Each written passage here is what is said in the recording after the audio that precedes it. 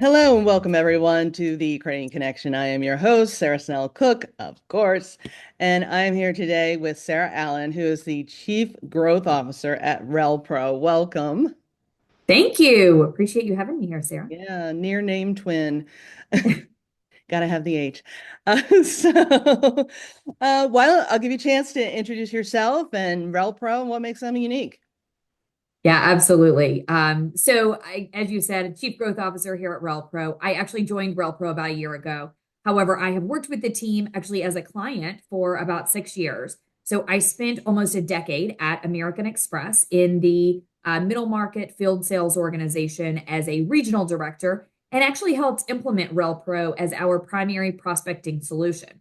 So after my time at Amex, I spent about a year and a half at a fintech digital bank, and I really got a feel for how the digital banks are so slick with their technology and really nipping at the heels of banks and credit unions that are trying to keep up with the advancements, that everything can be done, at your fingertips in an instant. So it was a good experience there. For anyone not familiar with RelPro, we are a business development and sales intelligence solution that is being used by banks and credit unions across the country. So we are a data aggregator of over 20 best in class data sources containing company information, business decision makers, executives for those small and medium sized businesses. And we really pride ourselves in the vast amount of data, our easy user interface, which obviously helps with adoption, and giving bankers time saving workflows through our integrations that bring in financial data like the UCCs, the SBA loans, commercial real estate, and then buyer intent data as well. We also pull in news articles and wealth insights on over 6 million high wealth executives, which bankers also can find, very valuable. We also integrate with the industry research platforms like Vertical IQ and IBIS World. Okay, well, lots of stuff there. And you've mentioned when we were doing our prep calls that you have data to help reach the minority and disadvantaged businesses, which has come under strict scrutiny in recent years. Most recently, we had a settlement over mortgages, first credit union settlement with the DOJ regarding redlining or alleged redlining, I should say. What can you offer credit unions in that regard? Yeah, absolutely. And you had, shared that article on the credit union connection about, the credit union that was fined pretty significantly, based on their charter, hadn't fulfilled their commitment of that community engagement in the minority, Black and Hispanic, census tracts. So with that said, RelPro actually provides that MBE and DBE certifications, which is ideal for the community banking initiatives and future 1071 reporting requirements. It's really driving a major interest in the company data enrichment because these companies must be classified for revenue, industry, and then the MBE and DBE. It's been a challenge for leaders to get their hands on accurate MBE and DBE data to know who to target to make sure that they are, fulfilling their commitments.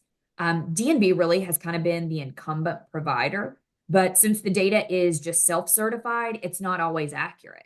So RelPro's MBE and DBE data actually has that federal certification. So I think the lesson here is for all credit unions, to take this extremely vital opportunity to enhance that commitment and be more proactive, and intentional in the journey towards creating that more inclusive and equitable future for, their communities and the businesses in their service area. Yeah, particularly important for credit unions in fulfilling their mission. Especially, I would think the CDFIs, the community development and financial institutions. So Absolutely. yeah, I understand. As you mentioned, you have data for all types of businesses. How are credit unions doing in the business lending area? Because I think probably about half, maybe less than half, are involved in business lending currently. Mhm. And how can they compete, especially like if you're a new entrant and really make a splash in your community? Yeah, absolutely. So I think credit unions are doing a really nice job investing and showing their willingness to invest in the technology to be able to support their business lending practices. Credit unions, I love going to credit union events because they really take the time to collaborate and discuss what is working for other credit unions or like what other technology, pieces are out there. So, I think they're really taking the initiative very seriously, investing in technology, investing in those lending teams, and then engaging with, as I said, the other credit unions on successes, failures, and what led, to them. I think lastly, I kind of ask myself, like, what's the main motivation behind all of these things? And it's a super simple answer. Credit unions want to ensure that they offer the best experience for their members. So there was a recent survey of more than 72,000 Consumer Reports members, and 96% of them said that they were highly satisfied with the customer service that they received from their credit union. So I think, they're highly satisfied, but are they having to look elsewhere outside of, their primary treasury relationship to have other products and services? So, I think every discussion that I've really heard regarding technology is centered around the question, how can this technology help us better serve our members? Mm-hmm. Yeah, absolutely. Obviously, that's a big important thing. And recent consumer surveys have shown that credit unions have been slipping behind the banks in customer service. So we really need to amp that back up in a digital way because credit unions are great in person.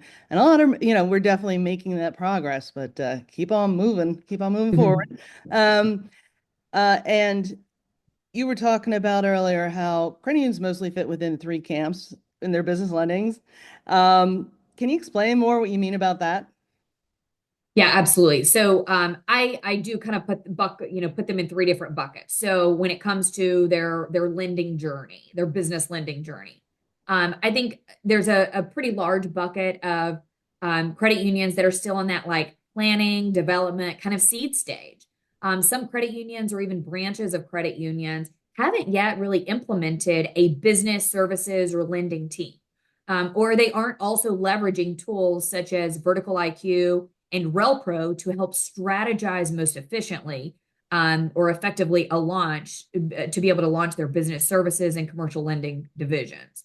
So, that strategy can really help Intel utilizing the industry research tools to narrow down less risky industries within their regions and communities. And then leveraging prospecting solutions to be able to find what is that total addressable market for businesses within, a certain region or a radius around a given branch. I would put kind of the next bucket, kind of next stage of the process in that like minimum viable product, like early stage.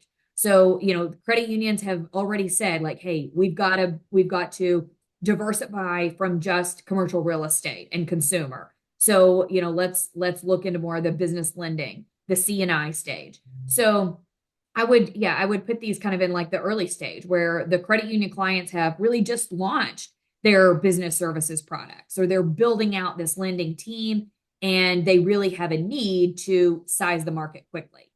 They've put a lot of investment here, so they need to kind of test with some of maybe their more loyal consumer customers that are also small business owners, offering up some extra incentives so that you can get their feedback, but letting them know it may be a little bit of a bumpy road. You're kind of part of a pilot. And then the next stage, I would say, just kind of on down the path is really that growth and maturity stage. And whether they're growing their current commercial portfolio or really targeting those commercial loans and or deposits.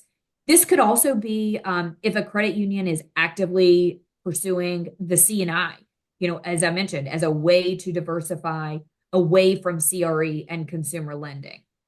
And when it comes to focusing more on C&I lending, credit unions will focus on targeting those industries within, manufacturing, consulting, professional services, industrial goods. And this will also help focus on gathering the data on companies on outstanding commercial liens in their market of which I've seen, my clients be able to use RelPro for as they start pushing away from the CRE lending in particular.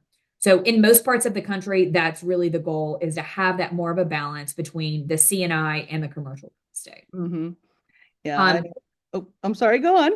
no, go ahead. I would say I'd love to tell you a story. So I was actually at a credit union event in back in the spring, and John Taffer, do you know John Taffer from Bar Rescue? No. Okay.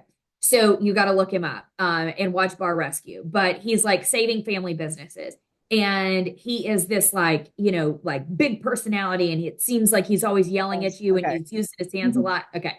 So, and he's like, he points a lot too. But he was the keynote speaker. And he goes through his like whole, his like, he had like five main bullet points and he did a really nice job, making a comparison to, saving restaurants and bars and like how that also kind of plays into credit unions. But then he kind of came to the end of his spill and he was like, well, I wasn't going to share this story, but I'm going to tell you anyway. He was like, I just recently went through a pretty major transaction, bought something, bought a building or something. And he said, I went through the transaction. I did it with my, my normal bank that I just usually go to. And after the fact, he said, my buddy came to me and was like, why didn't you go to a credit union? And he was like, credit union? Like, why would I go to a credit union? And he was like, I mean, credit unions have lower loan interest rates and they're flexible lending terms. They've got higher savings rates and fewer fees. And he just like went on and on. And he was like, why don't I know this? And so he like comes back to the audience and he's like, you've got to do better. Like, I am your target audience. Why don't I know the advantages that a credit union offers? He was like, so you've got to do better. So I'd love to be able to partner with any credit unions to go find the John Taffers of the world to make sure that they know all of the amazing benefits that credit unions really offer. Yeah, yeah, absolutely. So, as a small business owner, yeah, my credit union didn't offer business services at all, so I had to go across town to the community bank, and they've been great. But yeah, I mean, it's certainly not for everybody, but business services is something that credit unions are starting to get into. So, if I am that credit union in that first or second stage of the process of getting into business lending. Where do you go from there to reach that third phase? Yeah, absolutely. I think the biggest thing is really just being open-minded and adopting new tools and technology, such as RelPro, to be able to create those targeted list of companies within the region or the immediate community. I think the next thing would really be getting personal with your outreach. So it's not just a high velocity, but making it really personalized. Many of the credit union clients, understand that the businesses that they're reaching out to are more likely smaller in size, smaller to kind of medium-sized businesses. And therefore, it's really crucial to be personal in your outreach, understanding their industry, becoming that trusted advisor to them. And whether it's, using RelPro to create a map of companies that you're going to go visit, in a given day, or like mapping out, within 5 mile radius of the businesses around a branch, or just sending out like very specific notes to companies based on the buyer intent signals as well, is a great thing to be able to leverage. I think the other thing is just like knowing what your sweet spot is. That's also another great thing about leveraging tools like RelPro is to be able to develop a list of prospects that's really narrowed down to target industries of target size and the executives, to be able to call on at those companies. And then, I mean, of course, what credit unions already do best is leveraging those local events, being out in the community, supporting their community. And, they also do a really nice job, I think, from a marketing and advertising standpoint too. It's just kind of tweaking the message a little bit to, more toward the business owners rather than just consumers. Hmm. Yeah, and there's a trend. It's politically huge. It's kind of a smallish trend, but growing. Is that credit unions are buying banks often to get the business lending experience and technologies and the things that they don't have. So does RelPro do that kind of work as well? Yeah, it is a really interesting trend. And I think that the credit unions are buying up the banks for, a number of reasons. Obviously kind of the tax benefits. So, credit unions are tax exempt. So the assets that they acquire from the banks become tax exempt as well. And this really gives credit unions an advantage over the banks when evaluating those acquisition targets, and allows them to, probably be able to pay a little bit more for, the technology and services that bank already offers. The regulatory advantages. So a little fewer regulations requirements than banks. So I would expect probably that to, to change as this trend potentially continues to grow. So, not being subject to the Community Reinvestment Act. But I think, as we talked about earlier, still being, sure to include the MBE and DBE data within the communities is still, always going to be a big focus. I think the balance sheet benefits as well. So banks have been focusing on C&I for years. I mean, you mentioned like going across the street to be able to get the business products that you needed. So acquiring these banks can be kind of an instant way to diversify the credit union's loan portfolio to be able to reduce that concentration risk. Also can lessen the interest rate risk also. And by adding those loans, and that you can really reprice more frequently. The geographic expansion is another big thing. So I think acquiring the banks really allows the credit unions to expand their geographic footprint.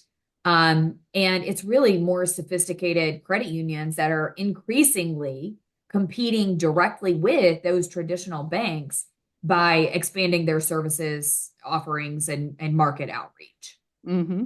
And then I think last thing I would just say is really that like product diversification, which kind of goes back into everything. So, these acquiring banks have really allowed the credit unions to offer the wide range of products and services that the small business owners are asking for. So it's giving them that better technology with the security and the personalization and desirable deposit and loan rates that the credit unions really are already offering.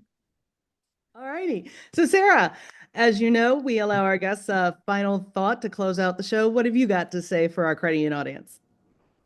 Yeah, credit unions are proud, and really should be, of the reputation that they have built as community-focused financial institutions that perform such an integral role in the local economies.